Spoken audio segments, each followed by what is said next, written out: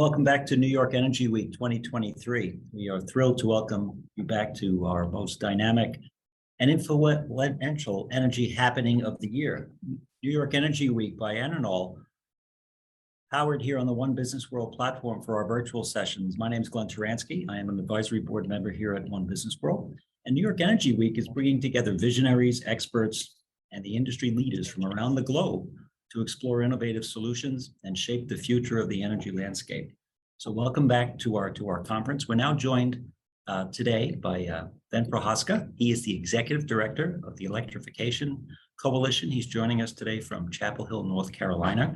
And Ben's talk is It's Time to Supercharge, the How and Why of Accelerating Freight Electrification. Ben, good to be with you again. Thanks for joining us this time at New York Energy Week. Let me hand it off over to you. Welcome. Great. Thank you so much, Glenn. And I'm excited to be here again as well. And appreciate the opportunity to join you all and to be a part of this important discussion that we continue to have over the interwebs. So, and I think just launch right into things. I again want to thank One World and well, my whole team for always having the opportunity to share some of the important issues that we work on every single day.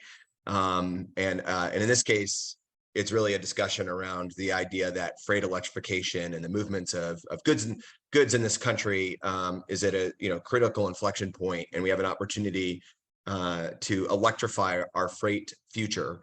There's really some important steps that we need to take in order to do that. And the hope is that depending on your audience, this can both be something that's helpful for those who are in the freight space, or those who are in the fleet space, or maybe those who might be working with clients and partners that are in the fleet and freight space. And sometimes when we refer to fleet or freight, it's important to note this is everything from a garbage truck that might be operated on New York City streets, because those are medium and heavy duty vehicles, all the way to what you might think of when you're traveling on highways across the US. Class 8 semi trucks. And so when we do this, and to nerd out for a quick second, this is all focused around vehicles that are class 2A through 8. And if you just Googled it, you would find those, a chart that sort of does a breakdown of those. I didn't include that today, but they're everything from step-side vans that are getting sort of used to drop off stuff in your neighborhoods from Amazon or UPS, all the way up through the bigger format vehicles like those semi trucks that I mentioned. So just for background, and if you missed the last presentation that I provided, you should go back and watch it. But we are the Electrification Coalition, and as background, we're a national nonprofit that is working at the intersection of, and I'm having a little bit of, hold on here. My slides were auto shifting, and I'm not sure why that was happening. Well, hopefully that'll change in a minute. I'm gonna do it this way. That looks fine, Ben. Okay.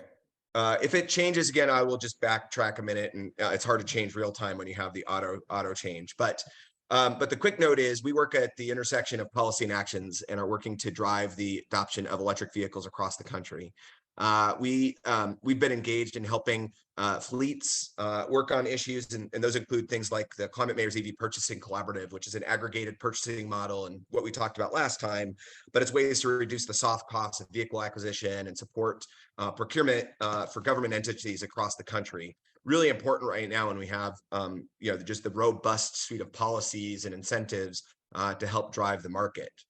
We also work at the local, state, and federal level on EV policy. And so, the examples of that is working on things like EV ready policies at the city level, so that as we build new construction, we're really thinking about how do we require either conduit or wiring or lines to be included in those, so that way it's cheaper at the time of construction. We work with partners across the country on city electrification. And so we've done that through the American Cities Climate Challenge, which is a Bloomberg Philanthropies funded effort that you can find online. But it was a great way for us to engage with cities across the country. Now freight electrification, which I'll talk more about today, project leadership and coordination, and those include things like federally funded efforts. We ran one of the nation's first EV rental car programs in Orlando called Drive Electric Orlando.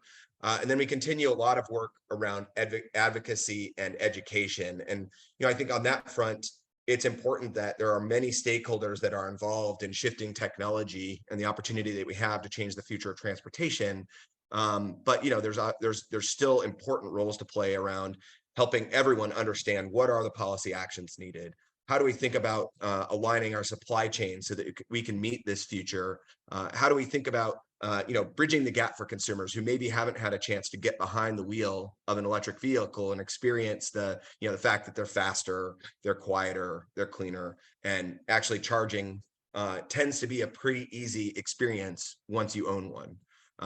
But those requires outreach and education. And so that's the advocacy and education portion. You can find different things from our work on our website. And so in this case, we have developed a couple of tools, and these are some nice QR codes that people can grab from the presentation.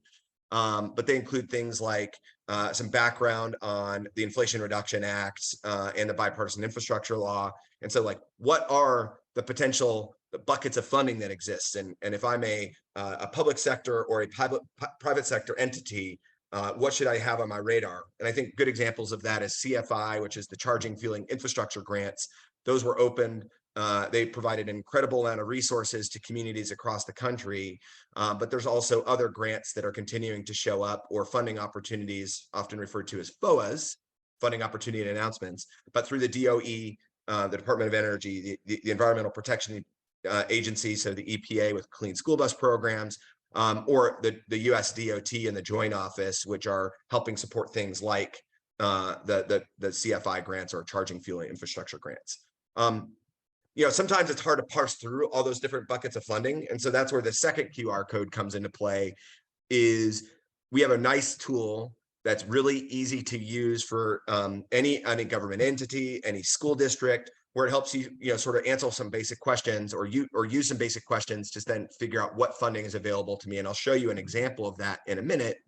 And then, one of the things that always comes into play with any fleet, big and or small, is that you have to go through the process of understanding the total cost of operation, and maybe even things like GHG emission savings or pollution reduction values of going to transportation electrification. And so we've created something called the Dashboard for Rapid Vehicle Electrification. So DRVE, drive minus the I. And in this case, what it does is any entity, if you're a city, you're a school district, et cetera, you can take your current fleet of vehicles, you can drop it into this tool, and then it'll basically use all available data aggregated from the U.S. Transportation Bureau and others, GREET model, which is a tool that helps understand sort of pollution dynamics of the grid, and basically then gives you a readout on your fleet and tells you exactly what would happen if you transition to electric vehicles. It also shows you what vehicles are currently available in the market that you could buy today. And in some cases, when it's available, what those costs would be and how that would translate as into that total operational costs. I talked about the EV funding finder, and this is just a little bit more of a dive into what that tool helps do. And a credit to our staff for creating something really robust, but that's easy to use. And so you can see, you can pick your approach here. All the food groups are represented. So if you like vegetables, and that's what you do, you can go there. But it's the idea, if you're a city or a rural area, you're a school, you pick which one you are. You then decide, what are you trying to accomplish? I want to buy buses. I want to install a charging infrastructure. And as you go through this, it'll give you a readout on all of the available funding buckets. And we are updating this quarterly. So sometimes it might not have everything that's available right now, but it's going to be pretty recent and really help anybody out there who's trying to find resources to do this good work, help them figure out what's available. And then we highlight a few of the examples on this: the commercial vehicle tax credit, the carbon reduction programs, and one that's going to be really a big one, and it's going to connect specifically to what I'm talking about today, but port electrification. So why do we do this? What's the problem, right? I think in general, the biggest in our context here is we're not an environmental group. And while there are incredible amounts of broad benefits around transportation electrification that are going to be important to reducing GHG emission, reducing pollution that most directly impacts disadvantaged communities, the reality is we do this because right now our transportation system is beholden to a monopoly from oil. And the majority of the vehicles that we have on the road require oil to get from point A to point B. And so what we're focused on is how do you change that and reduce the economic and national security impacts of our oil dependency? And electrification really represents one of the best scalable alternatives.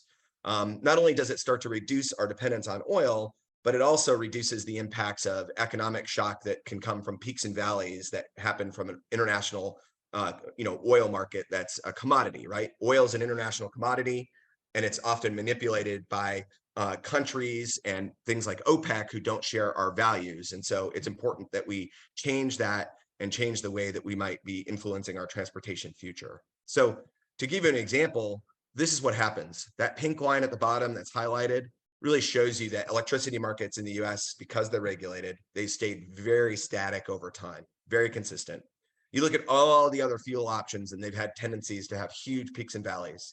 And every time we have those peaks and valleys, again, because prices and supply are manipulated by bad actors, it affects our economy in huge ways. And, at the end of the day, both are bad, both a peak and a valley. They just are bad in different ways, and they affect consumers, they affect businesses. And so it's really important that we get off of that roller coaster, and plugging into the grid and driving electric is one of the ways that we can do that. The other piece is electricity is a domestically produced. So the vast majority of our electricity is produced right here at home, and every day the grid gets cleaner. So, a good way to think about this is an EV or an electric vehicle, whether big or small, is the only vehicle on the road that can get cleaner over time. It's plugging into a grid, and as we get that grid cleaner, that means that vehicle is going to get cleaner. So even today, when you plug in a vehicle, even on the dirtiest part of the grid, it's still better than any gas-powered vehicle, but it's going to get better over time. And it's going to remain price stable. And I think that's part of the idea, is that we're then reducing the economic and national security impacts of our oil dependency for transportation. So why is freight so important? It's a big format vehicle, right? It's not that surprising, right? When you start to think through, Class 8 vehicles might be getting somewhere between 3 and 8 miles per gallon on diesel. Buses, which also fit into that sort of medium duty, heavy duty format, they're getting in that neighborhood of 3 to 6 to 8 miles per gallon, and they're high mileage vehicles, right? So while they represent a very small portion of our total vehicle fleet, somewhere in the neighborhood of 5 to 8%, they actually represent a huge portion of our CO2 and our emissions, and thusly our oil dependency. So this is just a global standard, and it gives you an idea, or a global chart, and it's from a report that we participated in called the Zero Emission Road Freight Strategy that was produced by Hewlett. And it shows you just the idea that freight continues to be a growing sector. And as we start to rely more and more on delivery for our goods through things like Amazon or Flipkart or any of the others, this area is likely to grow unless we do something and we start to electrify freight. So in the US, this is a great example of some of the impacts. So medium duties and heavy duty vehicles right now are responsible for 26% of our consumption of oil. So when we want to get off of that sort of national security and economic security threats of our oil dependency, this is a great way for us to really chop at a huge portion of our dependency. But the other part is, again, medium and heavy duties vehicles are responsible for 28% of our on-road GHG emissions. So it's big vehicles, big dependence, and big impact. Not only that, but warehouse centers, major highways, rail yards, et cetera, they all are in areas and parts of our communities where, these are the most disadvantaged parts of our population. And so not only are they, a great, they use a ton of oil and they are large format vehicles that cause pollution, they're also oftentimes traveling through our most dense neighborhoods and most disadvantaged communities. And so we have a real opportunity, if we solve freight, to solve a lot of different issues all at once. Good thing is, there's good news. We're starting to make some headway. And today, there are thousands of electric freight trucks operating across the country. I actually have my deliveries come from Amazon and UPS are coming from a plug-in hybrid electric vehicle. So that box truck that's operating in my neighborhood is plugging in every day and is able to operate off the grid. But since the passage of the IRA and Bipartisan Infrastructure Law, we're seeing big investments in clean energy manufacturing. And so this just gives you a little sort of a sense of how much those investments have increased by the private sector. And where we're starting to see the idea that not only are we going to be driving electric, but we're going to be building our electric future too. And we're starting to see battery manufacturing facilities open up, more domestic manufacturing of vehicles. And so it's a real opportunity to supercharge, pun intended, but to supercharge our jobs and our economic system at the same time we're solving these other problems. And these are just some early stage examples. So Schneider Trucks recently added 100 battery electric trucks to its fleet. So it just gives you a sense. Is truck electrification possible? Yes, it's already happening. There are examples throughout the country where we're seeing these vehicles deployed. The vehicles are being produced by Freightliner, by Daimler, by Tesla, and they're operating at ranges that are anywhere from 200 to 400 miles on a single charge. So they're able to meet those operational and duty needs. And it's, we're starting to see these demonstrate at scale, but we're still early and there's still a ton of work to do. And I think this is, to sort of draw on a little bit of a William Gibson quote, the future's already here, it's just not evenly distributed. And so the idea that we have 100 trucks that are deployed by Schneider at a single depot shows we are starting to chip away at this opportunity, but it's not happening everywhere and it's not happening fast enough. And so that's part of why we've developed a freight program at the EC. We have a couple of things that we're doing. So how are we impacting these issues? We're focused on accelerating freight electrification at scale. We have pilot projects that we're operating so that we can learn by doing, really understanding where are those barriers to accelerating freight electrification. We've created an electric freight consortium so that we can bring together all of the different stakeholders and partners all at once to talk about sort of what are the best practices, what are the early stage challenges that they're experiencing, how do they as a community of practice solve those problems. We also are identifying and publicizing best practices, so that some of those early learnings, like if you're going to create a charging depot, what does that look like? How do you think through step 1 through step 10 in terms of developing a charging depot, and why is that going to work for freight electrification? And then we continue to focus on advocacy and education. So there are key policy drivers needed to help freight electrification happen across the country. And we have some early states that are acting on this, and we want to draw on those. And again, the idea of the future is already here. It's not evenly distributed. That's true for policy too. A little bit on the federal landscape. I talked about it at the beginning, that why are we sort of in this moment, right? The idea that the Inflation Reduction Act and the Bipartisan Infrastructure Law are creating a real opportunity. These are just a couple highlights of what those are doing. So we're going to have $7.5 billion to build a nationwide charging network of fast chargers across the country at 50-mile intervals. That money's getting deployed right now, and states are already in the process of starting to hire contractors and building out this infrastructure across the country. We also have a reduction of truck emissions at port facilities and a carbon reduction program. And each of these are going to add resources and tools to ensure that we can move much faster around electrification. In the Inflation Reduction Act, there's also a really big one that we push for, which is the change to the electric vehicle tax credit for infrastructure. And it used to be capped at $30,000.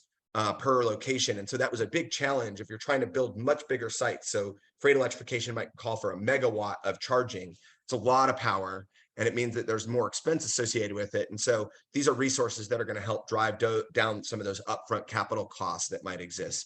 And it's been raised to $100,000 per location. And so really creates a much bigger opportunity to cut some of those early stage costs in this early stage development.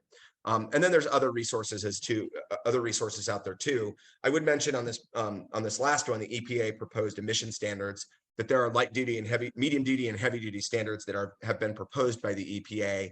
And if those are passed and we can create, those rules are in existence, they're going to help a lot to drive towards electrification and create much greater economic and investment certainty around what the future looks like. There are also state policies, and I mentioned that earlier. Some of those include HVIP programs that exist. So New York has them, Chicago has deployed them at different points, California has them. So they're not just on the coast, right? They've made their way to Chicago and other places. But the idea is that they are basically creating an incentive program. And so these are just some of the recent ones where they exist in a couple states. But those are great programs for people to look into that might help drive down some of the upfront costs in your state. There's also the NESCOM multi-state MDHD. So NESCOM is an organization, encourage people to look them up. But this has basically established a whole bunch of states that are getting together that are saying, we are making a commitment to transition to a zero emission truck future. And it is leading towards a lot greater engagement on policies and actions in those states. And this little map down at the bottom gives you a sense of what states those are. And then last one, and I did a little bit intentionally in order, is that there are states that are creating or passing rather the Advanced Clean Truck Rule. And it's a rule that's started in California under the Clean Air Act and their authority. And it basically establishes that states that have the ACT rule in place, or the Advanced Clean Truck Rule, can then require states or manufacturers, pardon me, are required to sell a certain number of their vehicles will be electric. And so that really starts to make sure vehicle availability is there, which is a key part of where we are in the current supply chain in this current transition. So I mentioned the idea of this Freight's Good Delivery electrification project, and it's where we're kind of focused on the pilot side. So how do we engage with different companies, fleets, infrastructure providers, utilities?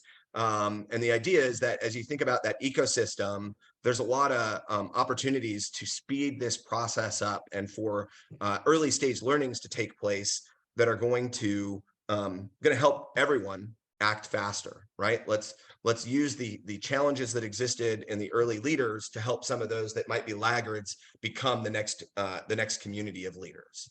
And we've had a few phases to this. So that's included supporting private sector partners through some pilot projects. I mentioned Meyer was one of those. We've worked with Pepsi on some of our engagement. We've worked with Nestle. And so they represent some, Fortune 500 big name brands that are in the process of working to develop a process for electrifying parts of their freight sector.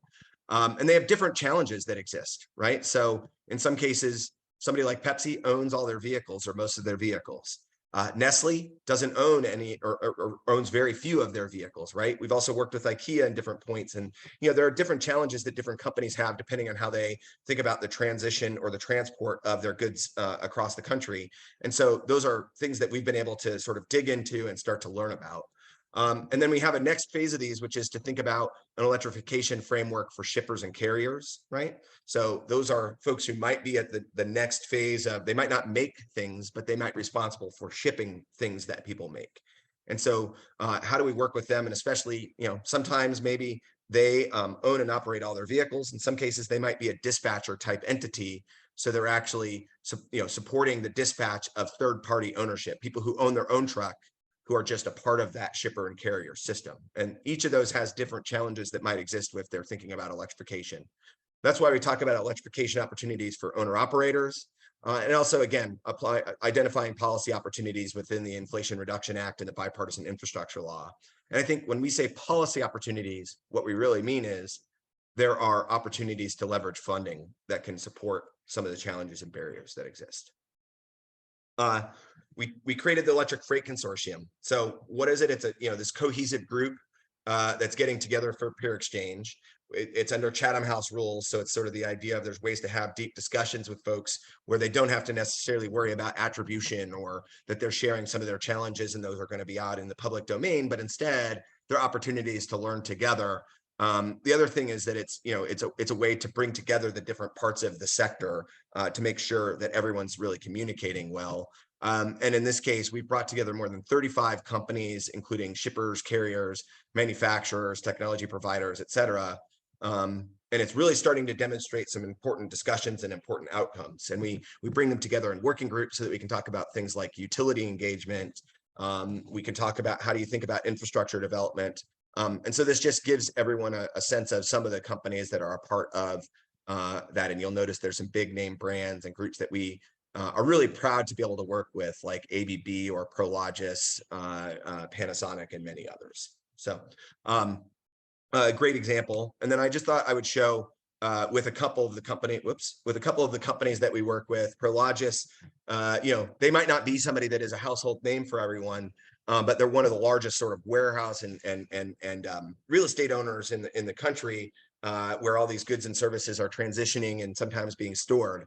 And so they're already playing an important role in thinking about how do they support all of their clients, so people who rent warehouse space, how do they support them on this transportation electrification journey? And I think to some degree, their engagement demonstrates this, this company who supports a whole big part of the shipper carrier warehouse community, and recognizing that, freight electrification is coming, and this transition to zero emission vehicle freight is coming. And so how do they enable that to happen faster? And the sort of recognition that, we know it's almost like we know it's happening, and now it's just a question of how quickly it will happen. And a company like Prochazka is helping facilitate that to happen more quickly. And then Forum Mobility is another example where their first customer, Height Logistics, had been running 5 trucks in drayage service out of the ports of Long Beach and Los Angeles. And they've recently announced the development of a 96 truck charging depot in Northern California.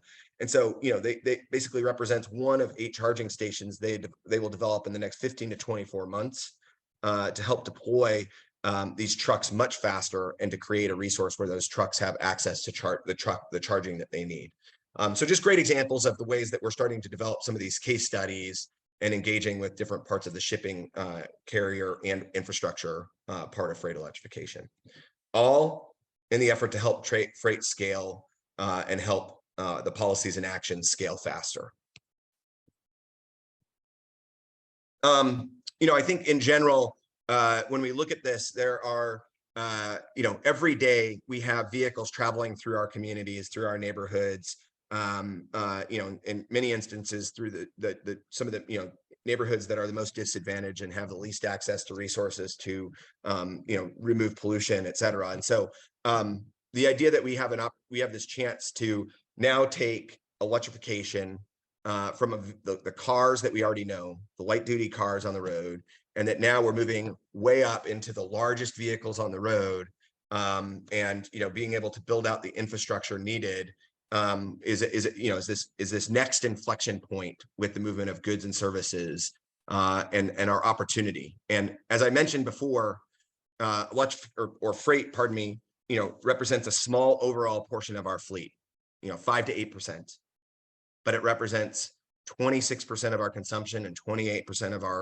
our emissions. And so the effort to engage in freight electrification, and whether it is the traditional warehouse facilities or it's at port locations, is becoming a big reality. And so our hope is that by working on things with the shipper and carrier community and creating things like the Electric Freight Consortium, building out those best practices, thinking through the barriers and challenges, and then deploying policies and actions at scale, that we can help drive freight electrification much more quickly. And we're excited to continue to work with the partners we have, but we hope that those listening today will want to engage with the Electrification Coalition and our many partners and help build a future in freight that is electric. And so with that, I want to thank everybody for the opportunity. If you need more information, please go to our website. I have a great team. We have a great freight team, and we're very excited to continue to expand our work and our role in freight electrification, and hopefully help making it happen faster. Thank you, Ben. Great job as always. Great job as always. Tremendous presentation. Hey, a couple of just quick follow-ups. You forget how poorly miles per gallon is, right? 3 to 8 miles per gallon. I mean, you think of like big trucks, like you said, the class 8. You think of even like motorhomes, right? Winnebagos and things like that, and how poorly they do. One of your final points I found really interesting. And perhaps, when you think about building coalitions or actually kind of reaching across the aisle or even reaching across industries, the public health benefit, that to me is really fascinating. I would think that's got to get some, to use a transportation phrase, mileage. When you start thinking about it, because it could affect socioeconomic conditions. You're improving neighborhoods. Air quality in certain parts of the country, usually disadvantaged neighborhoods, as you mentioned as well. I would certainly recommend if that hasn't been as promoted as much, perhaps even focusing on that, because that's a great way, because then that's hospitals, that's the government again with whether it's Medicare, Medicaid, and health insurance and folks like that, quality of life types of situations. To me, that's a fascinating angle on this. I don't know if you had any thoughts on that. Yeah, I mean, I think that, you know, like the benefits of or the value associated with transitioning to a zero emission vehicle, right? You know, and it's kind of the idea of, is it, if you care about global, you know, or climate change, yep, it's better. If you care about economic and national security, EVs ultimately are a better solution. If you care about, you know, impacts to local communities and disadvantaged communities, and the idea of ground source pollution and mobile source pollution, right? Like this is a way to solve those problems. And it's not without challenge, and it doesn't mean it's going to happen tomorrow everywhere, but it does mean we have a way to solve problems that exist in our communities, and so we should be working faster to do that. No, for sure, for sure. On your coalition, I've participated in a couple of Chatham House types of situations. Those are always incredibly productive, because they are peer to peer, right? You're getting your industry folks together, even colleagues and competitors and things. And what a great way to exchange information across, you know, what's cutting edge, what's not, you know, who may be seeing something from a perception standpoint, or any challenges they may have.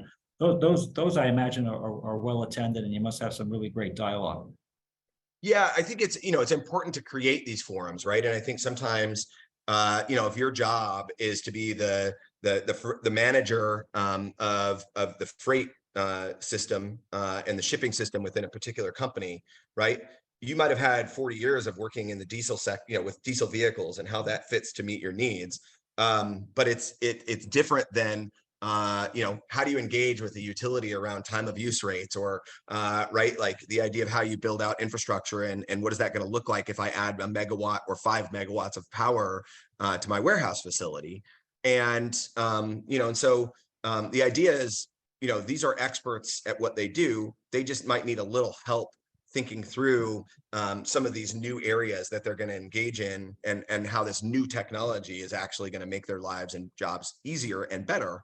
And so, you know, they need safe spaces to be able to share those experiences across organizations too. Yeah. Yeah, you mentioned a couple of some of the federal legislation that's passed the last number of months, and you had the infrastructure bill. You mentioned the funding that's there for the nationwide electric charging networks.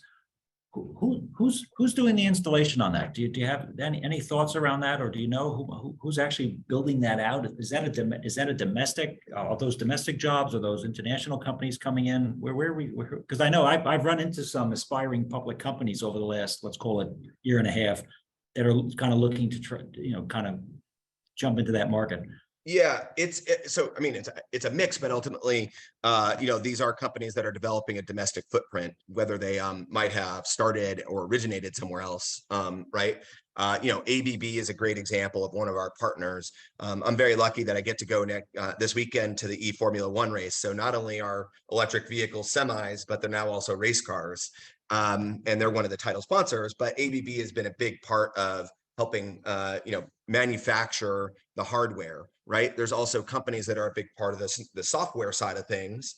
And, you know, so those include companies like EVgo, but Forum Mobility, we also mentioned. Forum Mobility's role in this case is to help think through, how do you create those services that are going to support electrification to happen much faster. All in all, it is about we are building out a new industrial opportunity and a new job opportunity in the US as we make this transition. So it's an exciting moment, and you know, these are companies that are reshoring or are nearshoring to the US. No, that's great to hear. I mean, you've got, again, going back to your coalition, you got some great brands there and some great partners here as you're working through it. On the pilot side, you talked about, and it's an interesting observation, that not everybody owns their own fleet. So then you're kind of getting into almost like the financing element of as well, right? The leasing companies, perhaps, that may actually have ownership interest in the actual trucks or fleets themselves? And how about on that side? Are you finding strong interest from the finance sector in this as well? I mean, I think it's still early stage. I think that it's, sort of what is the financeable side of this, right?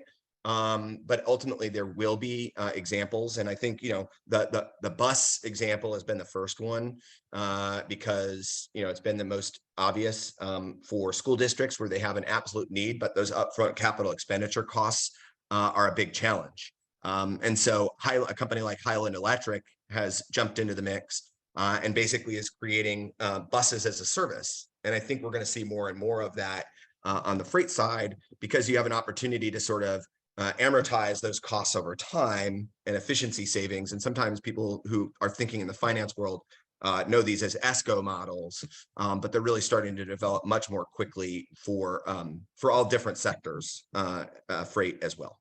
Now you mentioned school districts, or you think of fleets in general. As they progress through that, and perhaps using some of your own and the tools you described, the funding finder and the grant piece with the QR codes. I mean, it's unbelievable.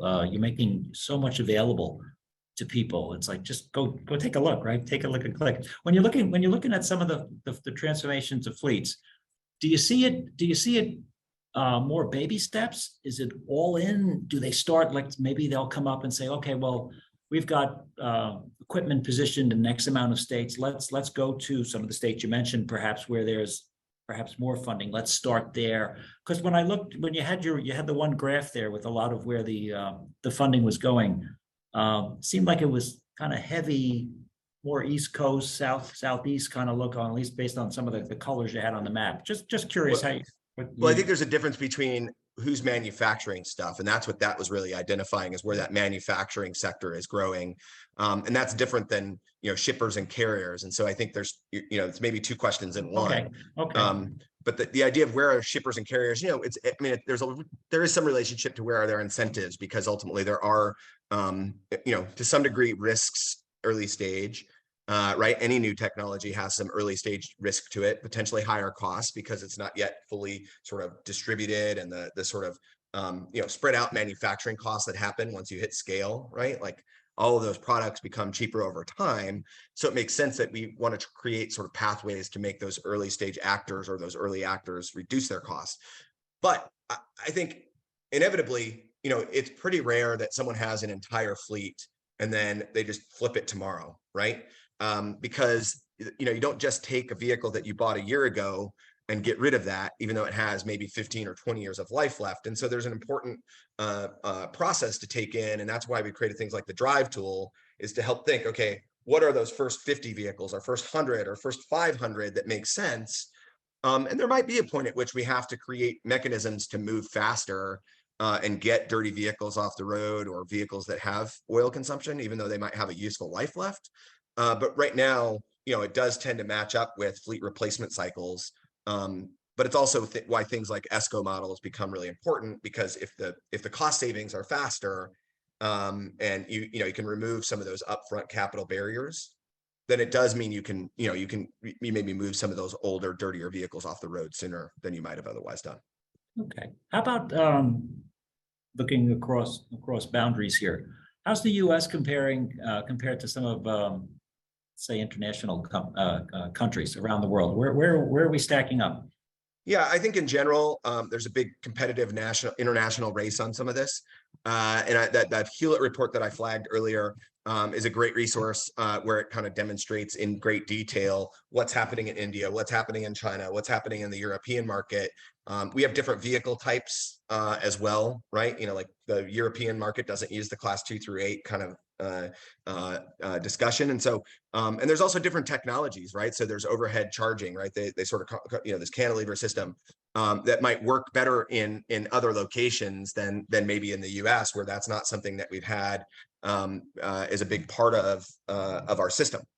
But in general, I would say the US is working to catch up on many of these places, but we're catching up quickly. And I think programs like the EFC and others are helping us do that, in addition to other work by great partners. So there's folks like CalSTART and NACFE and others. They have a Run on Less program, and we all work together to help help make sure the U.S. market's coming faster. Thank you, Ben. Great job as always. I had one last question. I was just, what's the driver reaction? I don't know if you. In general, they love it, right? They've got to go through that initial sort of like anything new. But the idea that they can get rid of all the noise, all that pollution, better acceleration, all the values that if you've ever driven an EV, they translate to these big vehicles too. The big one is going to be obviously range, and that's one of those things where it's range uncertainty right now. But every year the range is getting longer. The batteries are getting better. And so those are things where we might start with the shorter haul ranges and then move to medium and then longer haul later, because that's where the technology works. But yeah, the drivers like them. Just curious. All right. Hey, listen, everybody. Ben Prochazka, wonderful presentation as always. Thanks for joining us this time at New York Energy Week by EnerKnol. And Ben, we look forward to seeing you in the future. Best of luck. Thank you all so much. Thanks for having me. Have a great rest of your week. Take good care. Thanks. Bye.